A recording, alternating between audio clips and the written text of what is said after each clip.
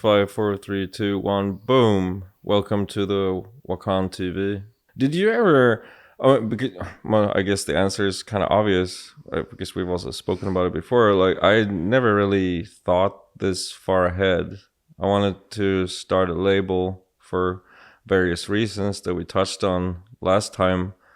And I guess now we're going to try to go deeper in that, but never would have had thought that we would cross well over 200 releases now. Yeah, what are we we're at? like 230, somewhere around there. That's somehow so It's daunting. awesome. No, it is impressive in a dope way. I feel like it goes back to the legacy aspects of trying to leave the world a little bit better and more cool and interesting and flavorful than when we found it, which is probably the first reason to why I wanted to become an artist, even to start with, you know? Yeah.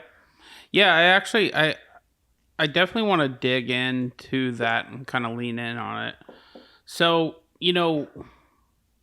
Wakan. Yeah. What the fuck is it? Yeah. What does it exactly mean to you?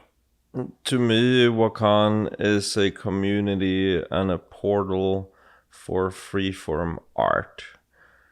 And by keeping it a little bit vague, it allows us to add elements to it. Because if I only said it's a record label for electronic dance music, which it also is, but then that wouldn't really encompass the whole big picture.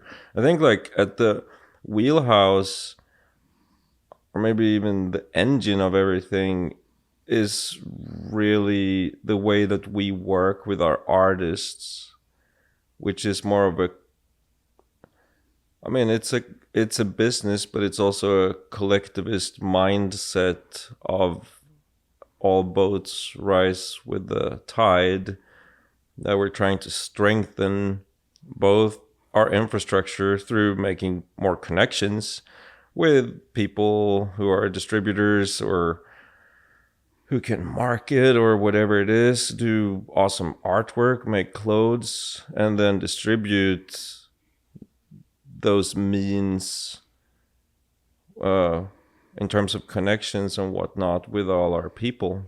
Yeah.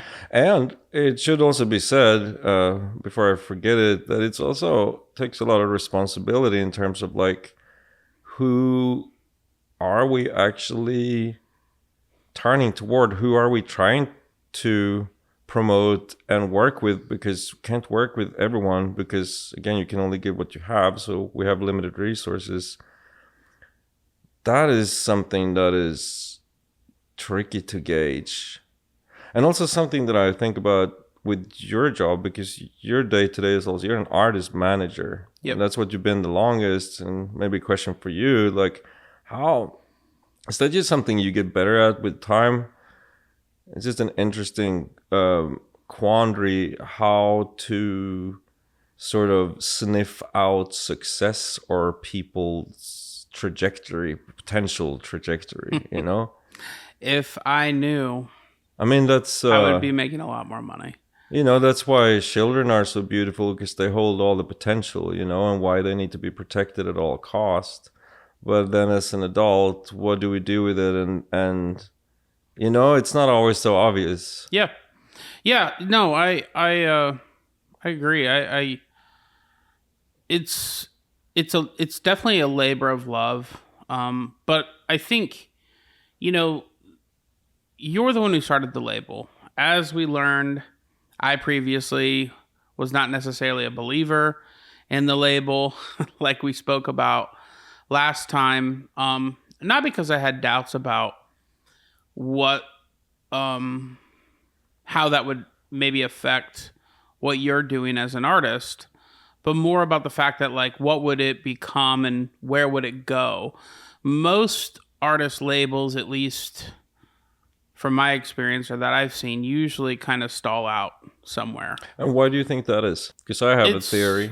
It's hard, for one. It is very difficult to run a label. And secondly, or maybe firstly, as an artist, I think it's easy because it's being an artist, meaning being a touring artist or a music producer. I mean, that's my main job that sort of drives everything else and brings attention to Wakan too. So that's a full-time job in itself. And I think it's easy for an artist to start thinking of the label just serving themselves. So you would use that as a vehicle to release your own things, or maybe once in a while you release someone else so that it makes yourself look bigger. And that's not at all really how we went in looking at the Wakan piece. In fact, I've never enjoyed necessarily being the center of attention or the biggest person. That's not really the case at all. It's more like a collectivist.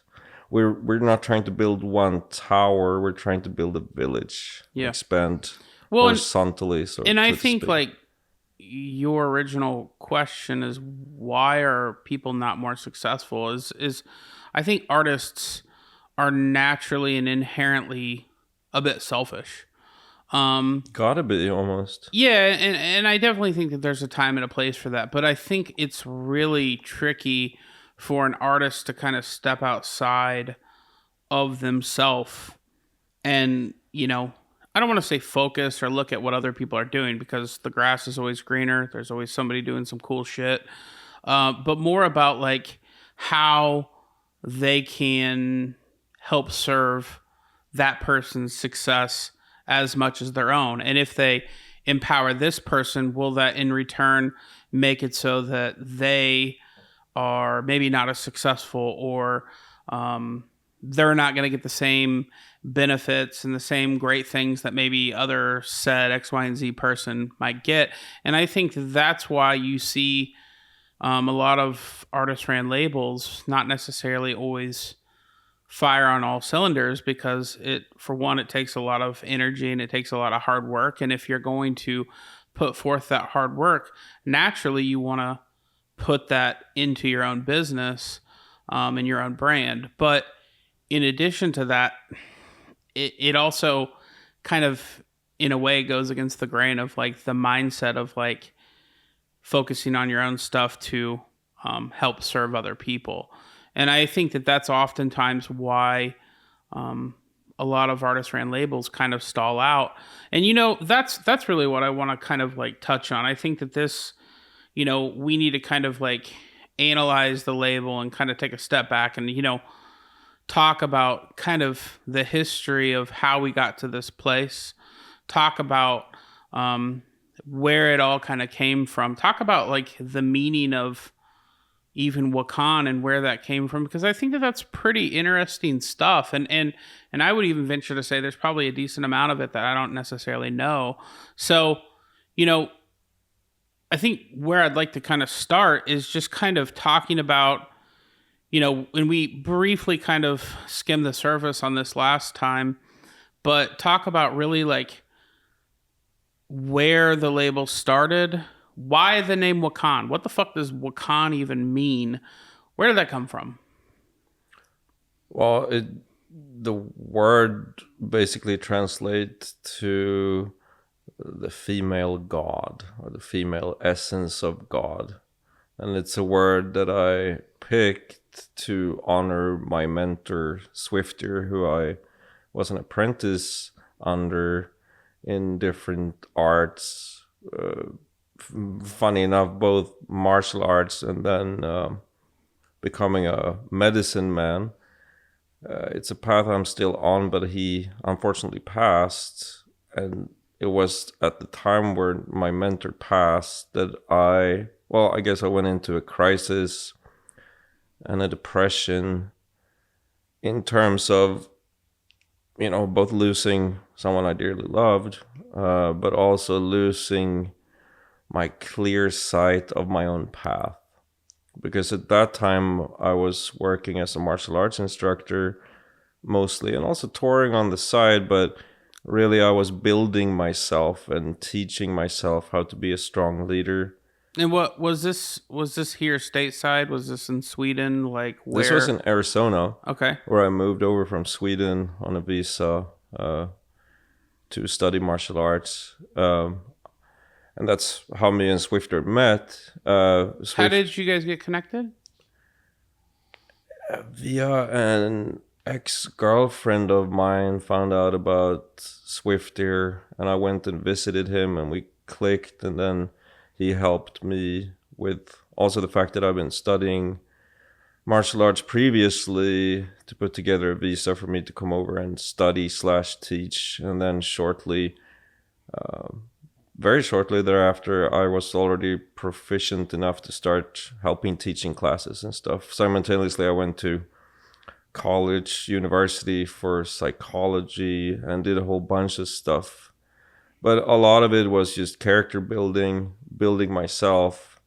And so one of the things that really stuck with me from Swifter's teachings, but martial art has both like a physical but also a very spiritual side. So you're talking about the tiger, which is your masculine, outgoing, exerting force in the world, but also the sage or the dragon, which is how you work internally with yourself, right? So those two things goes hand in hand, sort of personal growth aspects, and then very hard physical training, athletic training, punching and kicking and All the taking things falls all the things I don't do whatsoever. but yes, but it just stuff that I've always tried to build my own character, and funny enough, it's usually done through pretty harsh environments. Like Swifter was a hard teacher, but that's kind of throw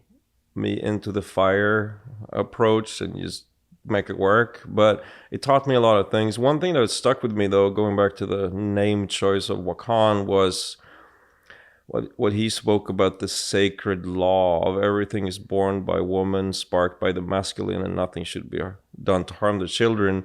And the extension of that was the two sort of polarizing forces, the feminine, the introspective, creative quality, and then the masculine, the tonal, worldly, practical qualities.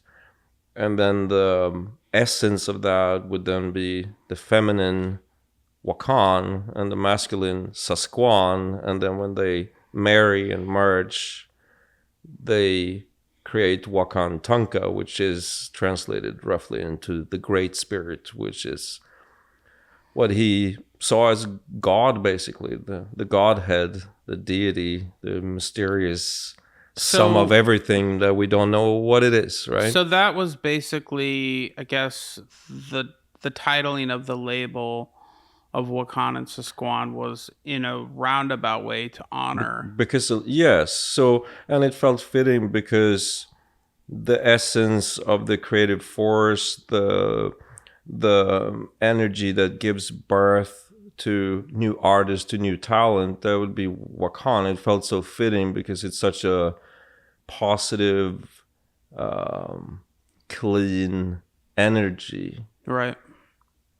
And let's not also forget, just on a different note, that I tried probably 300 names before and so on when I drew the symbol. And a lot of domains are taken, a lot of names. You think, come up with a good idea, chances are someone came up with it before you. So Wakan was also kind of a resort because it was deeply personal and kind of a strange word that no one else had ever used, plus that I spelled it differently, so no one has actually ever used the word as it's spelled. And it doesn't have to be a Native American thing necessarily either. Well, it's not that I'm trying to in any way capitalize on that culture as much as honor my fallen brother and mentor that had such a deep impact on me. Explain that to me, because I still have not completely connected the dots about how this dude from Sweden all of a sudden comes to America, starts this record label with does martial arts, but then yet has seemingly this very spiritual kind of label branded idea. Like, how do you weave that all together? Explain that to me. That's just who I am. From my point of view, I'm a perfectly normal person making reasonable choices based on the hand that I'm given. But many times in my life have I been met by that. Like, how is that even possible? But I don't really see things like that. If I want to do something, I do it. So probably the biggest step of everything then was to uproot my life in Sweden. I did it when I was 27, 28. But funny enough, that's when you really become a grown up, according to neuropsychology, when the brain is fully formed, and Yeah. that's when men statistically stop doing crime and dumb shit, and everyone grows up. So at that point, I knew that for the kind of maybe not the most common path that I wanted to walk, making this type of music, America was really the land of opportunity. Then, funny enough, it wasn't even music, it was the martial art. And I've even put music on the shelf for a while. But similarly with music or with martial arts, so many more opportunities. I was already traveling with music before I moved to America, so I'd already visited America and I'd already learned the differences. In America, people have an impeccable work ethic, and so a lot more things happen here and a lot faster. Yeah. That's one of the strengths of America. Plus, it's a melting pot of all cultures, so you get the best of. Yeah, I would agree with that. I think it's an awesome thing that different cultures come together and improve each other, and we can use different things that to our advantages. Do you vividly remember when you were like, yeah, I'm going to call it this, and this is what this symbol is going to look like and represent? Well, like I said, I went. There wasn't my first name choice, but now it seems like a very obvious good name choice. I guess like sometimes you look far and wide for things, and then you find the best thing very close to heart. And so I went through a bunch of maybe more conventional record label names, whatever that would be. I wrote down lists and then searched, and a lot of things were taken. But then when I really started thinking about it, Wakan seemed like a good name. Yeah. You got to have a name to start. So that's really all I can say about it. But it does have a personal, very deep personal meaning. And the meaning is really the female essence of God. Is there anything that is super representative with the name corresponding with the actual image of the triangles? And yeah, symbology has always interested me, and also to a certain degree, the occult, mystery, sorcery. And I've always been fascinated by and always been reading, since I was a child, books about light sorcery and dark sorcery, and very quickly realized that they use the same stuff, but just with a different intent behind it, So symbology taps into that of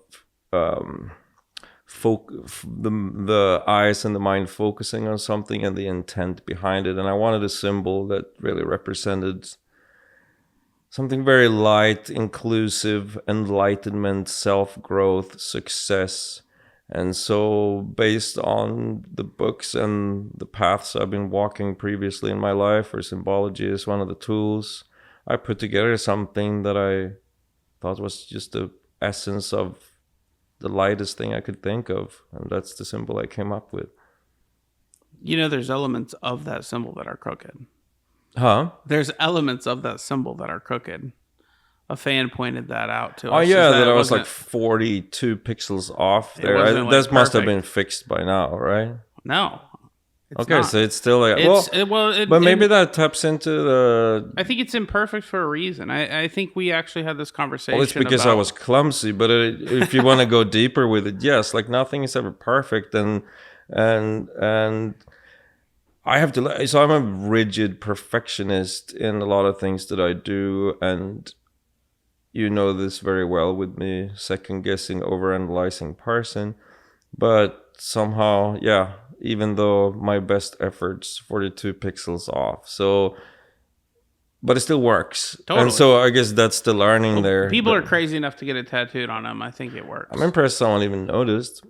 Yeah, no, I forget who it was, but there was some dude that said something. I was like, Maybe that says more about them than it says about me. I appreciated the commentary. So Yeah, I mean, I think that there's something to that. But, so let me ask this, like... I'm not a graphics designer, but it's one of those things. I think I spoke a little bit to this earlier, but sometimes it's better to act. Yeah. And it's nothing wrong. Like, it's not bad to fail even. And most people who have succeeded have also learned to be really good at failing. I'm one of those people. Always been an underdog. I didn't even have an easy time with martial arts either. I wasn't like some, super talented child prodigy in that whatsoever. In fact, like I was pretty small statured and nervous, and martial art helped with that, but it was not like a straightforward journey. Neither was learning anything that I consider myself being half decent at today. It's just takes time and effort, and something that maybe we speak to later on this episode more in depth. But work ethic and willpower, outworking people. You know what I'm saying? It's just sheer determination sometimes that makes the difference. So in terms of designing the symbol and being 42 pixels off, at least I designed a symbol, and now we have a label because of it. And sometimes it's better to think like that and to get hung up on small little things like like that, But even though I'm an expert in those things too, so it's a fine balance between like overthinking stuff, but rather overthink something than underthink it maybe too, or underthink it and overthink it so much that it doesn't do anything and move. And that has probably happened to all of us at some point in life, where you kind of just like kill an idea on the drawing board. But a lot of times it's good to give it a shot. Whereas things that can happen is that it will just fall like a card house in and itself. Yeah. So you come and you're like, yo, Loper, I'm going to start this record label. And I'm like, yeah, definitely don't do that. It's a terrible idea. And you're like, yeah, I'm going to do it. Then we start rolling some of your releases out. I think, and I could be wrong here, but I think our first release, other than just your music, was the first Tales of Wakan compilation. As I recall. I could be wrong there. I'm a little rusty. You can actually fact check this on your laptop, so why don't you do that? But I think it was Nomad, and then we did Nanopulse, which is HG, a friend from Sweden. I basically just tapped into my friend group in the beginning, and people who, I guess we call it goodwill, people that would do me favors, and people who would help me put this together for a very, very low budget.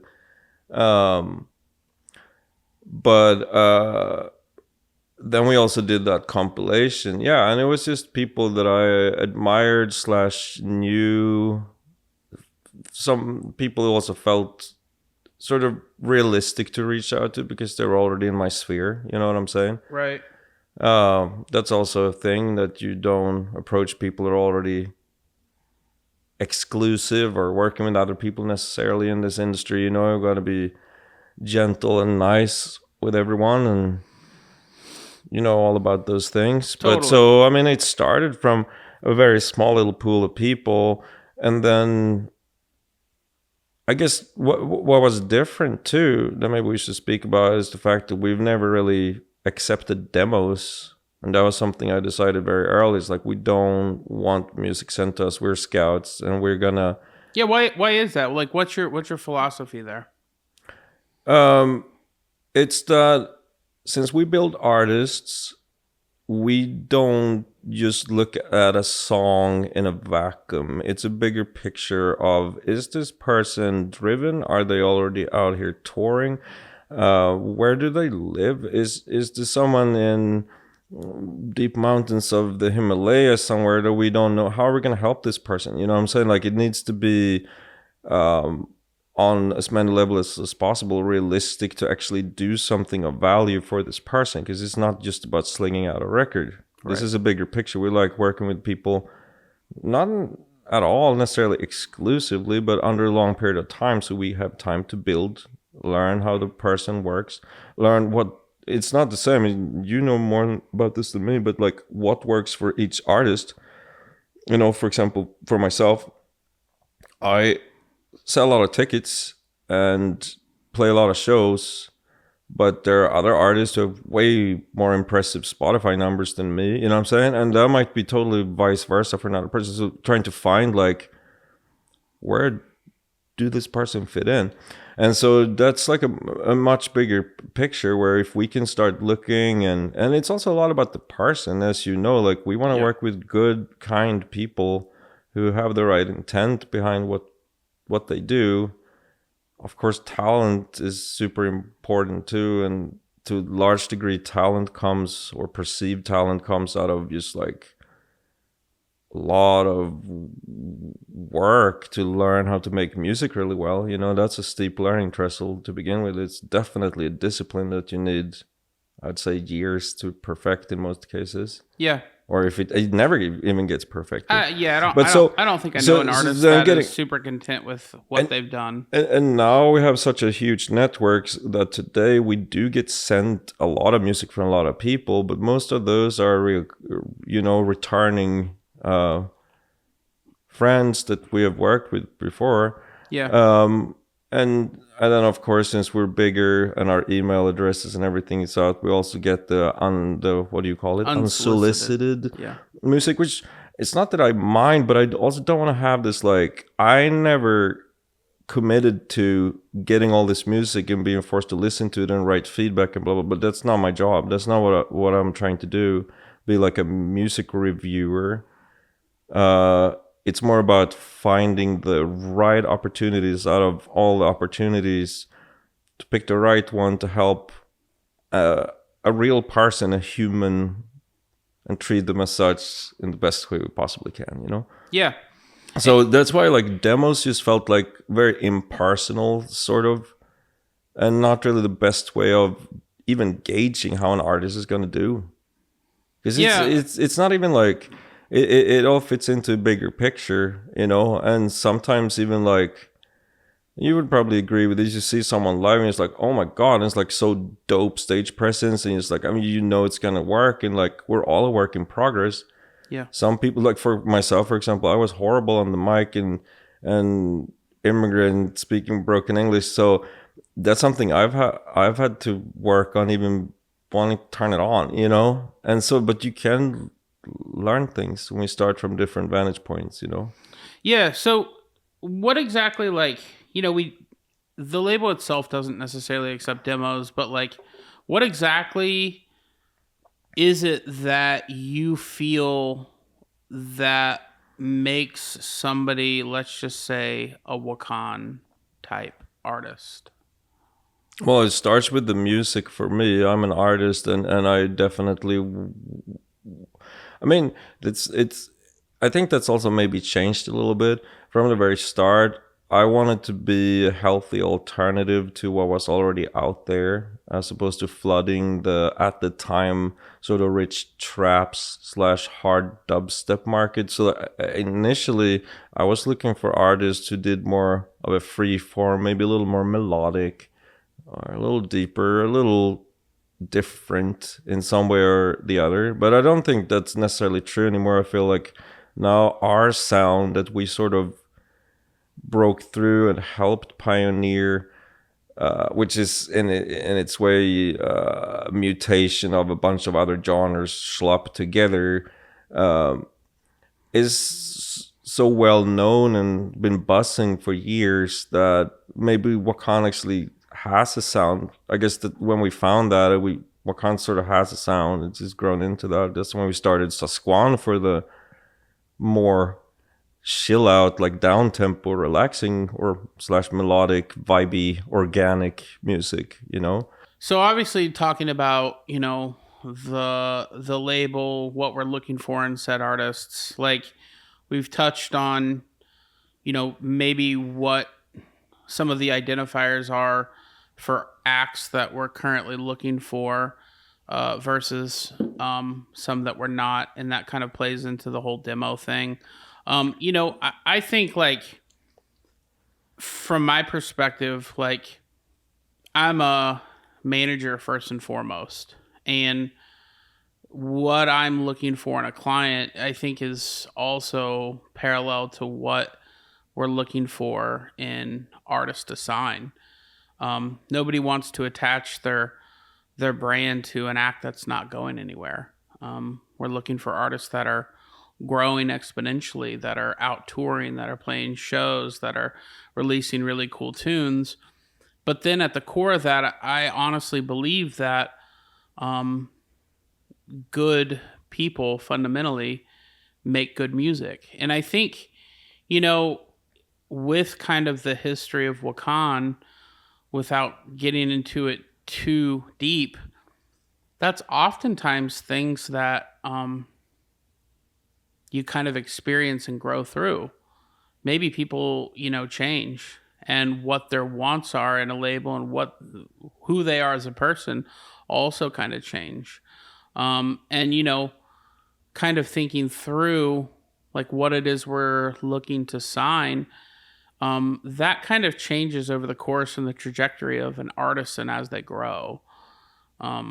So, maybe the people that in theory we started working with changed who they were. But that's fine, and that's very natural, and it's just cool to be a part for some time in a person's journey toward greater things. It's like just because a relationship changes or ends doesn't mean it wasn't worth anything, and that's, I think, a better way to look at those things. Let's not just forget the simple thing of like working with good people is so much easier when there is trust and goodwill from both angles, and how easy it is to move and how much faster it goes. And I think that's one of our advantages, that we've mostly worked with people we're friends with. I think that's like an advice somewhere that I totally disagree with, that shouldn't mix friendship and business, but actually mixing friendship and business where you from both sides have like honesty and integrity and want to make the best out of it. I think we've been very lucky with that for most part, Yeah, there's been definitely a couple hiccups that have kind of reared its ugly head. Yeah, but it's also kind of natural that you come in on with your best foot forward, and then you slowly but surely learn more about the person. It's like any relationship, family or even romantic relationships are sort of similar. You start to discover who the person is as you progress further.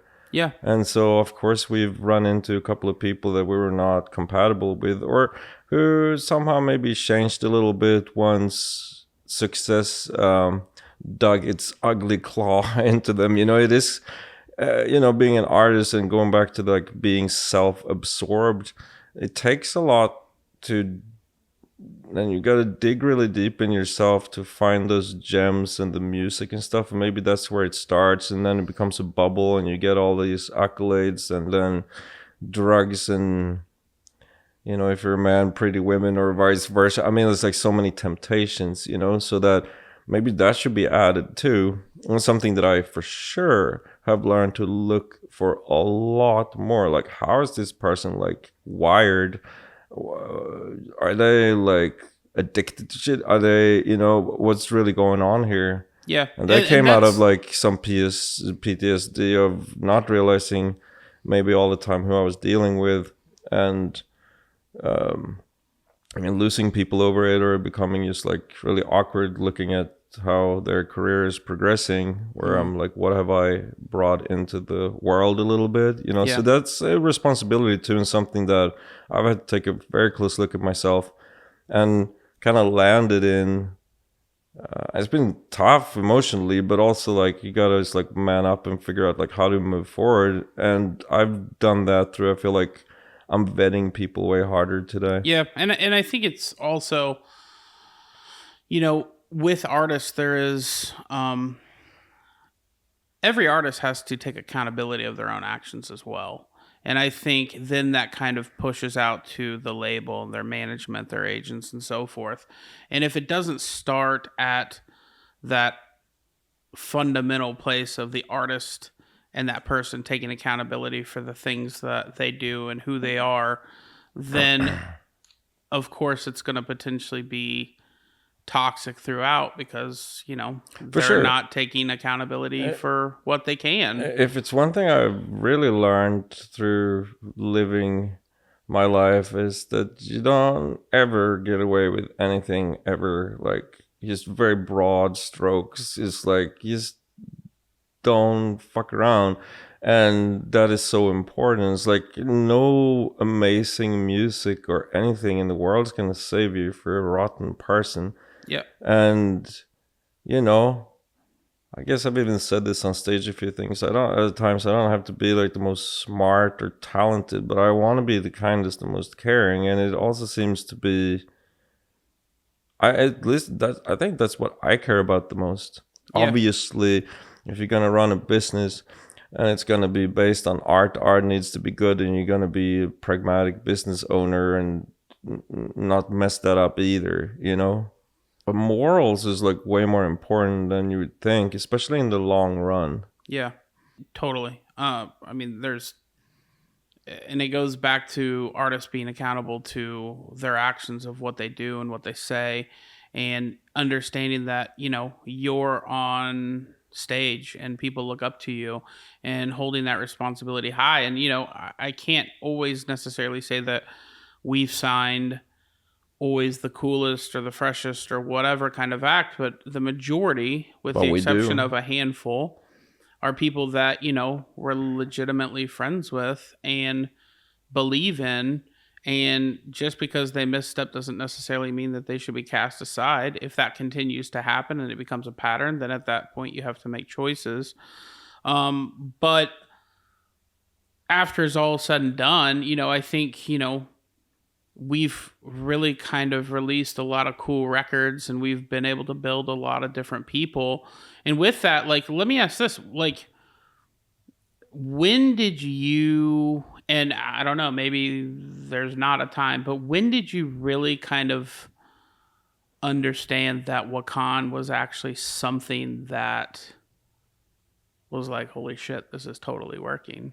I was so buried in it and very focused on just working and helping people that I took a long time. And I don't know if I don't really think like that.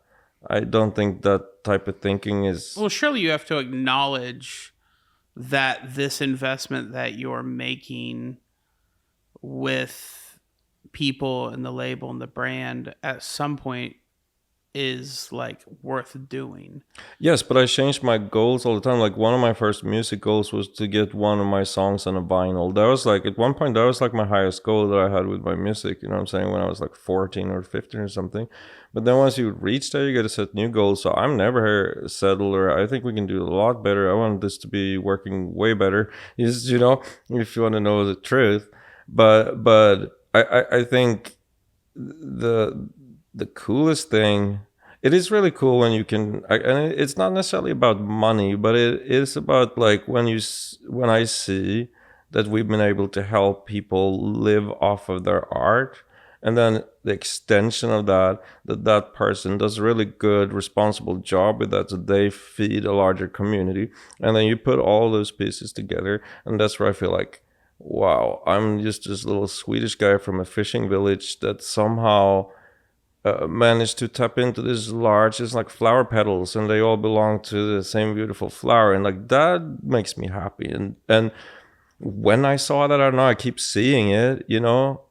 One part that's like kind of maybe lame to even bring up here, but that's probably the fashion, the clothes that we make and that people love so much, and just seeing people come almost like dressed like in our collective armor is a really good feeling. That's one of the things where I can just like say, wow, okay, this is making an impact. And these are so vibrant, beautiful people also wearing it. So it makes me proud of being part of that community and being one of the seeds for that to even happen in the first place. So, you know? What's sort of like the biggest difference that you've seen, or maybe that we've talked about in the changes of the last few years from when this label started to where we're currently at now? A lot of things, and I think like if you talk about like challenges, you know, because it's like it's like life is like a computer game. It's scaling. So as I level up as a performer, or come to a different tier on billing or whatever on a festival, or the label start getting more traction, and us working with bigger artists or putting on bigger events. Like the means, our funds, our possibility to do great things are greater, but so is the risk. And it's like computer game. Now the enemies can fly and shoot lasers, but you have some magical abilities too, so it kind of evens out. It Right. never really gets easier. Have you noticed? And maybe thankfully so. It's like there's at least like I don't know. I'm much rather busy than sitting around being lazy. I'm not that type of person, so I'm sort of grateful that it keeps scaling. And the challenges keep changing. First it was like, how can we get a good distributor? How can we even get anyone interested? And how can we even make anyone wanting to come to our shows? And now it's a little bit different. For me personally, is to keep track of everything. And I think with the scaling, responsible growth. Going back to like, now we have so many requests, and it's like almost every day someone hits me up and want to collab with me, or they want to release on Wakan, or they want to get on a show, or they want to get on a festival. It's a huge responsibility, and it's impossible to pick everyone. I think when the first time that I was like, I had that aha moment of like, oh wow, this actually might like become a thing.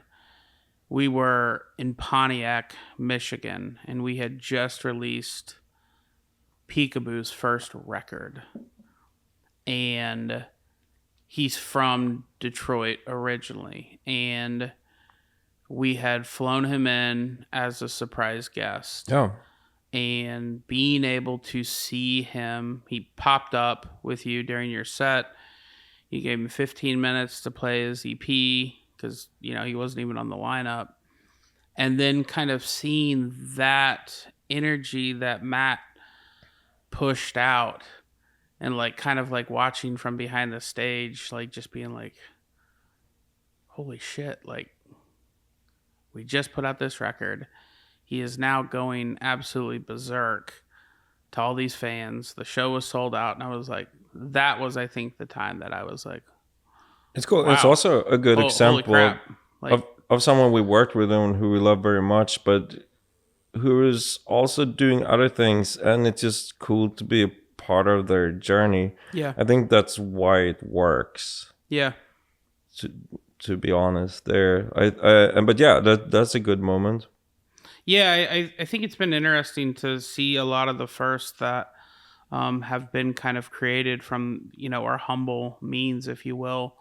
Because, what the labels, you, me, Chloe, Yeah. Kendall. So, and that might be like, I don't know how much more time we have to talk about this, but to start wrapping, like then it is about, being able to delegate to a certain degree at the point that we're at now, where we have to like make the team a lot bigger. So today, I'm not even head A&R anymore. I mean, most things I have a veto or music passes through me, but you and Chloe are practically running the label on a day to day. Yeah. In the beginning, I was like meticulously going through every garment, every design. You remember all this? And I was super picky, and I had so much and today I'm just like, yep, awesome. It's something that's been really cool for me to see, is like amazing people pop up and just fill this place, and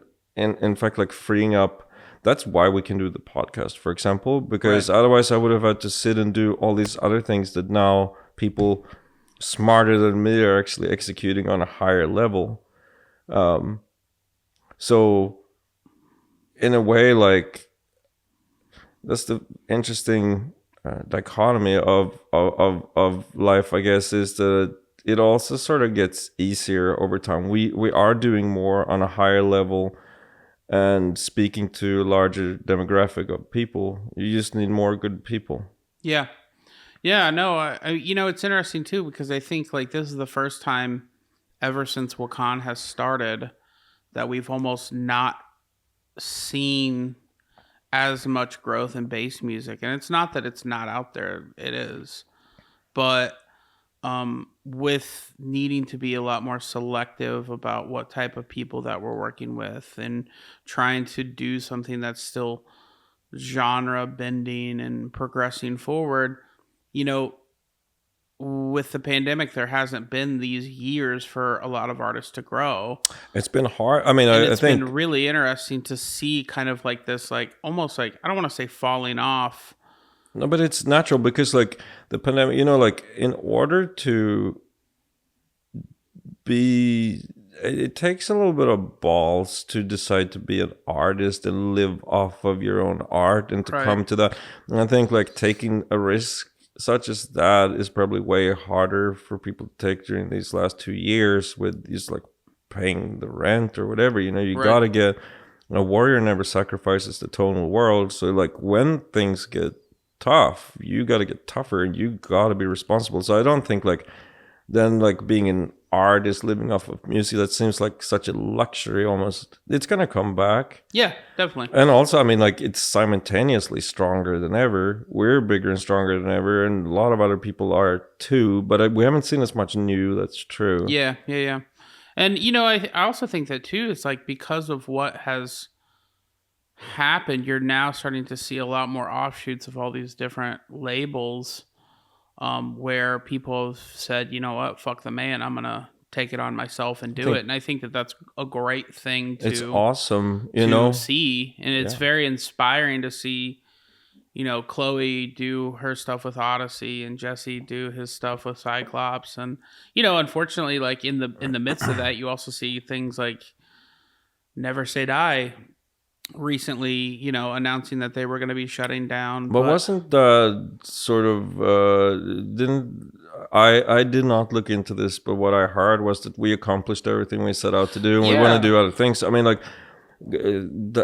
that's like I'd say best case scenario. Yeah, and I think it's cool that they could identify that and kind of meaning like be okay with I mean, the label was awesome, and I think was good. That was my point. That it's not that something went horribly wrong. Right. It was just time to. But move on everything for them, has like this natural progression of like things of like either they're going to move into other various arenas, or they're going to say, "Hey, we set out to achieve this thing."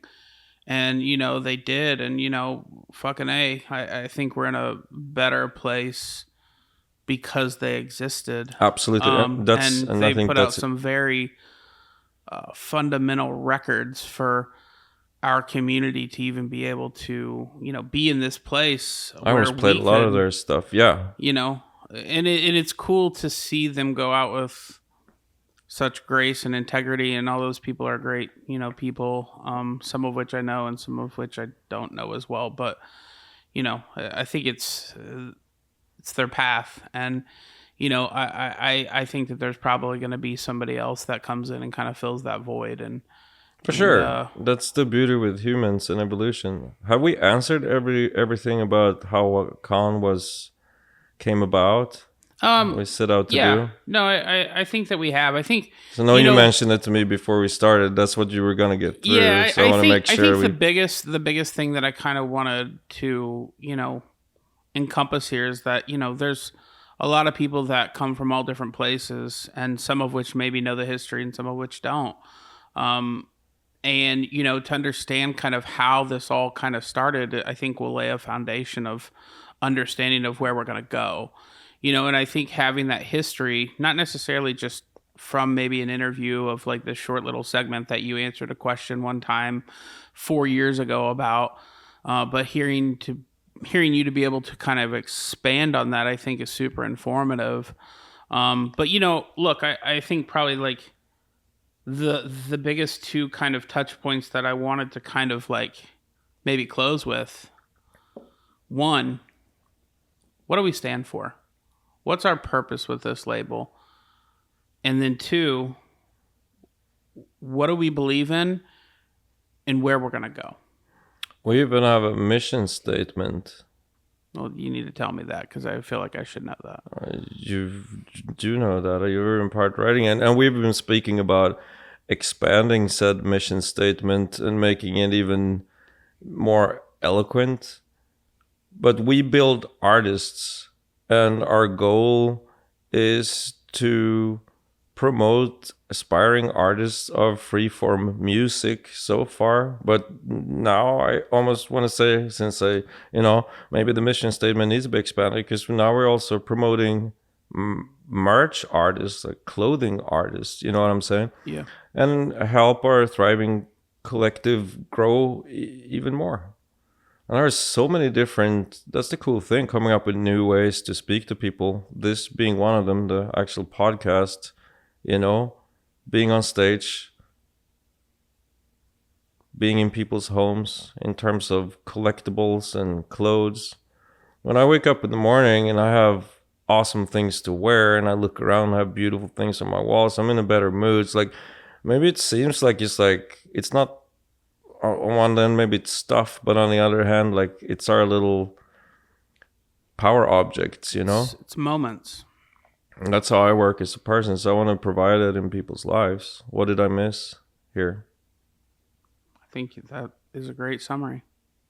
But it's like being a musician and an artist is like, yeah, you stand there playing some silly songs for people. But if you look at the impact it really has, it's a healing ceremony when we have a show. And it really has a very deep effect on people and helps them vent. I think that's maybe the other thing with the pandemic that people didn't have a chance to do, like vent in a good way. I think you said something about that earlier too. I mean, there's a good and a bad way to do it. Yeah. And if you have, that's a beautiful thing with the ceremony where you live something out, and then after the ceremony you have a period of integration where you bring it all back, and then you continue your life as a human being on a more sacred path, so to speak. I mean, that's what I want to provide for people. And it comes through all different things that on the surface level might seem silly. A sick drop, Yeah. But who are you to say what? But the effect, Right. it goes without saying. I mean, you just look at it. It's obvious that people need it.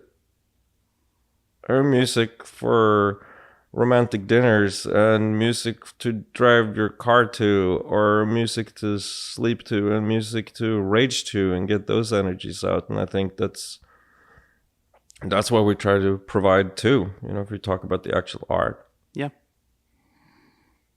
Awesome. Alrighty, well, let's wrap this episode. Yeah, it's been fun. Let's do more. Wakan TV. Signing off.